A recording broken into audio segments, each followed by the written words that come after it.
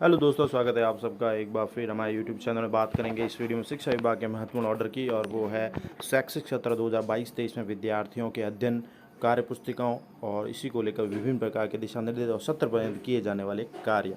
तो सबसे इम्पोर्टेंट है ये जो वर्ष भर हमें कार्य करवाना है, जिसमें Essay 1 Essay 2 भी है, साथ में कार्य पुस्तिकाओं का भी वितरण करना है और कार्य पुस्तिकाओं के माध्यम से भी बच्चों को पढ़ाना है। तो पूरी जानकारी है इस वीडियो में शैक्षिक सत्र 2022-23 के लिए अध्ययन और शैक्षणिक उद्देश्यों की प्राप्ति के लिए।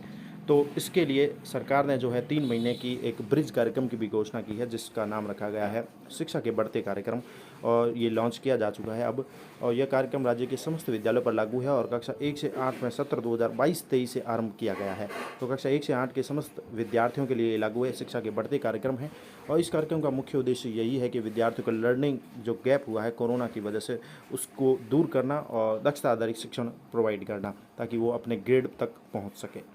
और शिक्षा के बढ़ते कार्यक्रम के विस्तृत दिशा निर्देश भी जारी किए गए हैं, जिसमें कक्षा की बात करें तो कक्षा 3 से 8 के लिए एट ग्रेड के साथ साथ बिहाइंड ग्रेड की, और कक्षा 1-2 में एट ग्रेड की दक्षताओं को सम्मिलित करते हुए वर्कबुक तैयार की गई है इस बार भी।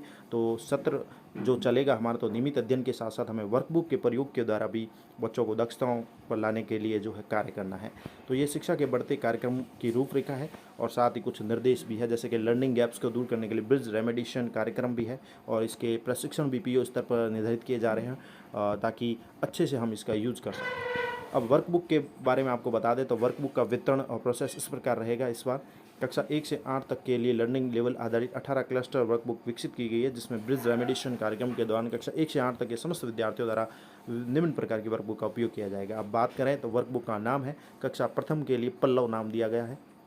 कक्षा प्रथम के लिए जो है प्रथम ही नाम दिया गया है। फर्स्ट कक्षा के लिए वर्कबुक का नाम प्रथम है, और कक्षा 2 के लिए पल्लव है, कक्षा 3 के लिए पहल है, कक्षा 4-5 के लिए प्रयास है, और कक्षा 6 और 7 के लिए प्रवाह है, और कक्षा 8 के लिए प्रखर है। यानी वर्कबुक की बात करें तो ये वर्कबुक निर्धारित की गई है। अब सीखने का स्तर बात करें तो कक्षा 1 व 2 के लिए एट ग्रेड की ही है, जिसमें हिंदी, गणित, अंग्रेजी की मिलेगी। कक्षा 3 में है तो इसमें बिहाइंड ग्रेड भी शामिल किया गया है, यानी एक और लेवल 1 लेवल 2 यानी कक्षा 1 और 2 के भी बिहाइंड ग्रेड के भी सवाल दिए गए हैं, बच्चे हल कर सके अपने ग्रेड पे पहुंचने के लिए। कक्षा 4-5 में भी बिहाइंड ग्रेड है, लेवल 2, 3, 4 यानी दूसरी, तीसरी और चौथी क्लास के भी बिहाइंड ग्रेड के सवाल है, हिंदी, गणित, अंग्रेजी के।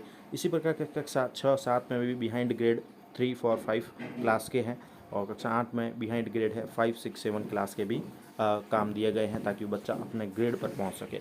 तो ये वर्कबुक है प्रथम कक्षा पहली के लिए, पल्लव दूसरी के लिए, पहल तीसरी के लिए, प्रयास चौथी पाँचवीं के लिए, प्रवाह है छठी सातवीं के लिए, आठवीं के लिए प्रखर है।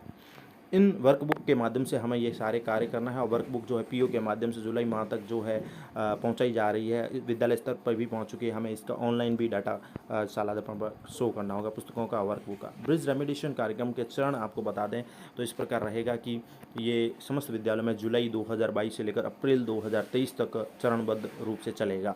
अब प्रथम चरण में सभी विद्यार्थियों को बिहाइंड ग्रेड आधारित दक्षता आधारित है। प्रथम चरण में यही काम करना है, हमें सभी विद्यार्थियों को बिहाइंड ग्रेड दक्षता आधारित काम करना है, यानी जो अपने ग्रेड से नीचे हैं।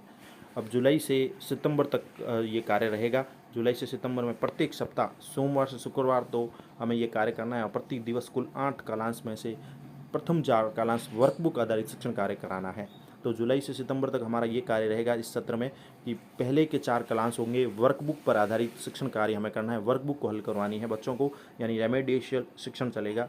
और साथ में ही जो पीछे के 4 कालांश होंगे वो एट ग्रेड की विषय वस्तु का अध्यापन कराया जाएगा। यानी प्रथम 4 कालांश में हमें वर्कबुक पर कार्य करना है, और पीछे के 4 कालांश है वो पाठ्य पुस्तक आधारित विषय वस्तु का अध्यापन कार्य करना है। ये जुलाई से सितंबर तक का कार्य चलेगा। और शिक्षण के दौरान विद्यार्थी को लर्निंग लेवल के आधार पर भी उन्हें 2 समूह में बांटकर पृथक पृथक बैठाया जाएगा। द्वितीय चरण जो चलेगा इसके अलग निर्देश है, जो अक्टूबर से अप्रैल 2023 तक रहेगा। प्रत्येक सोमवार से शुक्रवार तक ये कार्य रहेगा। इसमें जो है द्वितीय चरण में प्रथम 2 कालांशी रेमेडी शिक्षण के लिए निर्धारित रहेंगे, और शेष विस्तृत निर्देश है वो प्रत्यक्ष भी दिए जाएंगे। यानी अक्टूबर से अप्रैल की जो चरण रहेगा द्वितीय चरण, उसमें प्रथम 2 कालांश निर्धारित किए गए हैं। अब कक्षा कक्ष प्रक्रिया में ये है कि पुस्तकालय अगर कार्य पुस्तिका उपलब्ध नहीं होती है तो कार्य पुस्तिका उपलब्ध होने तक कक्षा 1 से 8 तक की जो भी कार्य पुस्तिका हिंदी, गणित, अंग्रेजी की कार्य पुस्तकों को हम rajsamsa.nic.in पर भी आवश्यक रूप से डाउनलोड कर सकते हैं। तो ये महत्वपूर्ण कार्य है, ब्रिज रेमेडिएशन प्रोग्राम है। अब इसके साथ ही दक्षता आधारित गतिविधियां भी निर्धारित की गई। कक्षा प्रक्रिया भी है, जैसे कक्षा 1 व 2 और 3, 5 में दक्षता आधारित गतिविधि आधारित शिक्षण करना है और इसमें EBL किट का उपयोग करना है। कक्षा आधारित गतिविधियों में संचालन के लिए ABL किट का उपयोग भी बताया गया है कि सप्ताह में एक दिवस, सप्ताह में एक बार कम से कम आपको ABL किट का प्रयोग करना है। दक्षता आधारित अभ्यास के लिए कार्य पुस्तिका। दक्षताओं को प्राप्त करने के हेतु अभ्यास के लिए रेमेडिएशन अवधि के दौरान उपयोग की जाने वाली ब्रिज रेमेडिएशन वर्कबुक की दक्षता आधारित वर्कशीट का उपयोग भी किया जाना है। और इसके साथ ही नियमित रूप से साप्ताहिक आकलन भी होगा। शिक्षक विद्यार्थी प्रगति की जांच करेंगे, साप्ताहिक मूल्यांकन करेंगे और नियमित कार्य पुस्तिका जांच और विद्यार्थी फीडबैक भी करें। शिक्षक नियमित रूप से वर्कबुक की जांच करें, विद्यार्थी को उनके द्वारा की गई गलतियों को सुधारें और उस पर फीडबैक भी दें। तो कक्षा 1, 2, 3, 5 के लिए तो सप्ताह में एक दिवस ABL का भी यूज करना है। इसके साथ ही विद्यार्थियों के समूह निर्धारित करने हैं और सत्र के आरंभ से ही लर्निंग लेवल का आकलन करते हुए विद्यार्थियों का समूहकरण करने के लिए वर्कबुक में दिया गया है बेसलाइन है वर्कबुक के अंदर, वो 15 जुलाई तक किया जाना है। और साथ ही जिन विद्यालयों में वर्कबुक उपलब्ध नहीं हो पाई है उनके संस्था प्रधान शिक्षकों को पूर्व उल्लेखित संस्था पोर्टल से वेब जो बेसलाइन आकलन है उसकी सीट डाउनलोड करके उपलब्ध करवाएंगे और शिक्षकों के द्वारा 10 जुलाई तक कक्षा 1 से 8 तक के सभी विद्यार्थियों का बेसलाइन आकलन किया जाए। तो बेसलाइन भी करना जरूरी है। विद्यार्थियों को बेसलाइन आकलन में प्रदर्शन के आधार पर लर्निंग लेवल के आधार पर 2 समूह बांटा जाना है। शिक्षकों द्वारा वर्कबुक में 60% से अधिक स्कोर करने वाले विद्यार्थियों को समूह 1 में और 60 से कम स्कोर करने वाले विद्यार्थियों को समूह 2 में जो है विभाजित समूह किया जाएगा। दोनों विद्यार्थियों समूह का बिहाइंड ग्रेड दक्षता आधारित सामान्य शिक्षण कराया जाना है, परंतु शिक्षकों का ध्यान समूह 2 पर अधिक होना चाहिए क्योंकि इस समूह को बिहाइंड ग्रेड दक्षता अभिवर्धन की अधिक आवश्यकता होती है। शिक्षक उन विद्यार्थियों को रेमेडी शिक्षण में स्वयं की सहायता हेतु स्वयं की मौजूदगी में साथ ले सकते हैं जो वर्कबुक में वर्कशीट के स्वतंत्र अभ्यास है बैक ग्रेड दक्षताओं में कुशल हो, अर्थात जिनका बेसलाइन स्कोर 60 से अधिक हो। अब ये व्यवस्था भी की गई है। समूह 1 समूह 2 के लिए निर्धारित शिक्षकों के नाम की प्रविष्टि शाला दर्पण मॉड्यूल 25 जुलाई तक भी करनी है और विद्यालय में समूह और विद्यालय के प्रकार भी बताए गए हैं किस प्रकार से हमें ये कार्य करना है। एकल शिक्षक प्राथमिक विद्यालय है तो वो शिक्षक जो है 3 समूह बनाएंगे जिसमें कक्षा 1, 2 पहले समूह में होगी, कक्षा 2 में 3, 5 रहेगी कम दक्षता वाले, कक्षा समूह 3 में 3 और 5 के अधिक दक्ष विद्यार्थी रहेंगे। 2 शिक्षक प्राथमिक विद्यालय में भी ये व्यवस्था दी गई है। शिक्षक प्रथम जो रहेगा वो कक्षा 1 व 3 के लिए रहेगा और समूह 1 रहेगा कक्षा 1, 2 में और ग्रेड 3 है कम दक्ष विद्यार्थी। समूह 2 भी बनाया गया है, कक्षा 3 अधिक दक्ष विद्यार्थी। समूह शिक्षक 2 है कक्षा 4 और 5 को संभालेगा जिसमें भी 2 समूह होंगे, एक तो अधिक दक्ष है और एक कम दक्ष विद्यार्थी। 3 शिक्षक प्राथमिक विद्यालयों के लिए भी बताया गया है, समूह बनाए गए हैं जिसमें समूह 1, 2 में कक्षा 1 व 2 बैठेगी। समूह जो पहला शिक्षक वो संभालेगा, द्वितीय शिक्षक है जो कक्षा 3 में भी अधिक दक्ष और कम दक्ष विद्यार्थियों को संभालेंगे। कक्षा 3 में तृतीय शिक्षक जो है कक्षा 4, 5 में अधिक दक्ष और कम दक्ष विद्यार्थी को देखेंगे। इसी प्रकार प्राथमिक वगैरह क्लासों का भी दिया गया है। आकलन के बारे में बात करें तो रेमेडी शिक्षण में शिक्षण के दौरान कक्षा 3 से 8 के विद्यार्थी दक्षता प्राप्ति का आकलन और आगे के कार्यक्रम संचालित निर्धारित कार्यक्रम आकलन करवाए जाएंगे। साथ ही आकलन की बात करें तो कक्षा 3 से 8 के विद्यार्थियों की दक्षता आधारित आकलन जो है कार्यक्रम है, इसमें सीरा के अनुसार 3 दक्षता आधारित आकलन जो है किए जाने, जैसे कक्षा 5 और 8 के अतिरिक्त। इसके साथ ही कक्षा 5 और 8 के विद्यार्थियों के लिए 2 दक्षता आधारित समग्र आकलन भी है जिसमें SA1 SA2 के आयोजन के पश्चात बोर्ड परीक्षा यथावत रहेगी। यानी साल में कुल समग्र आकलन SA1 SA2 होगा और बाकी शिविरा के अनुसार 3 जो है दक्षता आधारित आकलन भी किए जाने हैं। अब बेसलाइन कार्यक्रम इस प्रकार है कि रेमेडिएशन कार्यक्रम के प्रथम चरण में सत्र आरंभ के 10 दिवस के भीतर विद्यार्थियों को लर्निंग लेवल के जांच के लिए वर्कबुक में 10 अभ्यास वर्कशीट दिए गए हैं। बेसलाइन आकलन विद्यार्थियों द्वारा करवाया जाना है और बेसलाइन आकलन में विद्यार्थी के प्रदर्शन का वर्कबुक में रिकॉर्ड भी संधारित किया जाना है। इसकी प्रविष्टि शाला दर्पण पर मॉड्यूल पर 15 जुलाई तक करनी है। यानी बेसलाइन लेना है और वर्कबुक में रिकॉर्ड संधारण किया जाना है और उसकी प्रविष्टि शाला दर्पण में करनी है। जिन विद्यालयों में वर्कबुक उपलब्ध नहीं हो पाई है तो संस्था प्रधान जो ऑनलाइन सीट डाउनलोड करके बच्चों को उपलब्ध कराएंगे। इसके आधार पर शिक्षकों द्वारा विद्यार्थियों के समूहीकरण करके विद्यार्थी के लर्निंग लेवल पर आधारित आवश्यक सहायता प्रदान की जाएगी। अब रचनात्मक असेसमेंट जो रहेंगे और जो वर्कबुक के में है तो 4-5 वर्कशीट को पूरा करने पर रचनात्मक आकलन उपलब्ध है, इस सप्ताह के अंत में करवाया जाना है। इससे शिक्षकों को पता चलेगा कि सप्ताह में कराया जो भी कार्य कराया है, दिन कराया तो विद्यार्थी को कितना समझ आया है। रचनात्मक आकलन में विद्यार्थी के प्रदर्शन की वर्कबुक में प्रविष्टि करके रिकॉर्ड संधारण करना है, ऑनलाइन डाटा एंट्री नहीं करनी। अब योगात्मक आकलन की बात करें तो शिक्षण प्रक्रिया कितनी सफल रही है इसके लिए त्रैमासिक रूप से योगात्मक आकलन है। योगात्मक आकलन प्रपत्र के 2 भाग रहेंगे, भाग ए और भाग बी। भाग ए में रहेगा बिहाइंड ग्रेड की दक्षताओं पर आधारित 10 से 15 वस्तुनिष्ठ प्रश्न विभाग द्वारा उपलब्ध करवाए जाएंगे।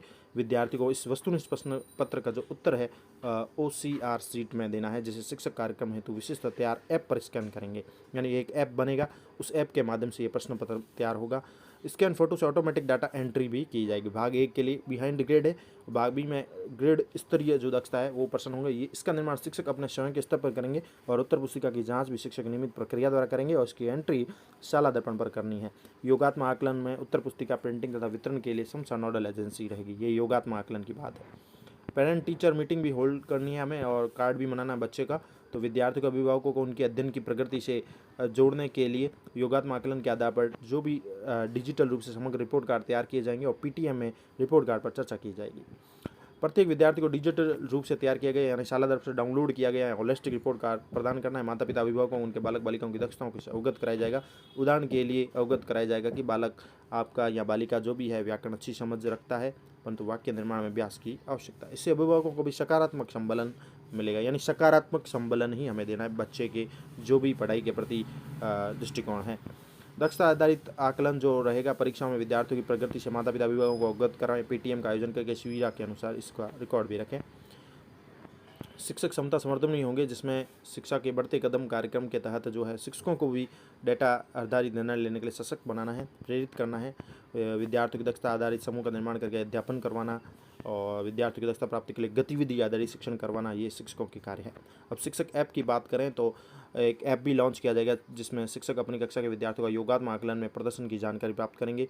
विद्यार्थियों के प्रदर्शन के आधार पर यह ऐप भी दिखाएगा कि किस लर्निंग लेवल के समूह में विभाजित किया जाना है। सुधार योग्य दक्षता को फिर से बढ़ाने के लिए ऐप के माध्यम से शिक्षकों को सीखने की यात्रा दिखाई जाएगी, जिसमें बताया जाएगा कि कौन सी वर्कशीट करनी है, कौन सी गतिविधियां करनी है, कौन से वीडियो उपयोग में लेने हैं। सैंपल जो है पाठ है, योजना भी सुझाव देगा। ऐप को जानने उपयोग करने के लिए शिक्षकों के लिए प्रशिक्षण कार्यक्रम भी आयोजित किए जाएंगे। अब शिक्षक प्रशिक्षण की बात करें तो शैक्षिक सत्र 2022-23 के लिए शिक्षकों को पंचायत स्तर पर व्यक्तिगत प्रशिक्षण, डिजिटल प्रशिक्षण के माध्यम से भी प्रशिक्षित किया जाएगा और RSAID उदयपुर इसके लिए विस्तृत दिशा निर्देश जारी करती रहेगी। वर्कबुक के बारे में भी आपको बता दें तो वर्कबुक जो मिलेगी शाला दर्पण पर प्रविष्टि होगी। ऐप के माध्यम से विद्यार्थी प्रगति की नियमित जानकारी भी ले सकते हैं। जो का ऐप आएगा उसके माध्यम से कार्यक्रम को पूर्ण क्रियान्वयन करने के लिए जो भी है आगे अधिकारियों की टीम बनाई गई है, तो समय समय पर विद्यालय में समीक्षा भी कर सकते हैं इन सभी कार्यक्रमों की। तो ये हमें कार्य करवाने हैं विद्यालय स्तर पर।